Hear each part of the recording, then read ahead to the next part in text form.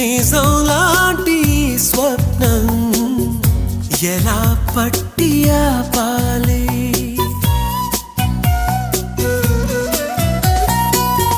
కలే అయితే ఆ నిజం ఎలా తట్టుకోవాలి అవును కాదో అడగకంది నా మౌనం చెలివో చిలవో తెలియకుంది నీ రూపం చెలిమి బంధమల్లుకుందే జన్మ ఖైదులా ఎదుట నిలిచింది చూడు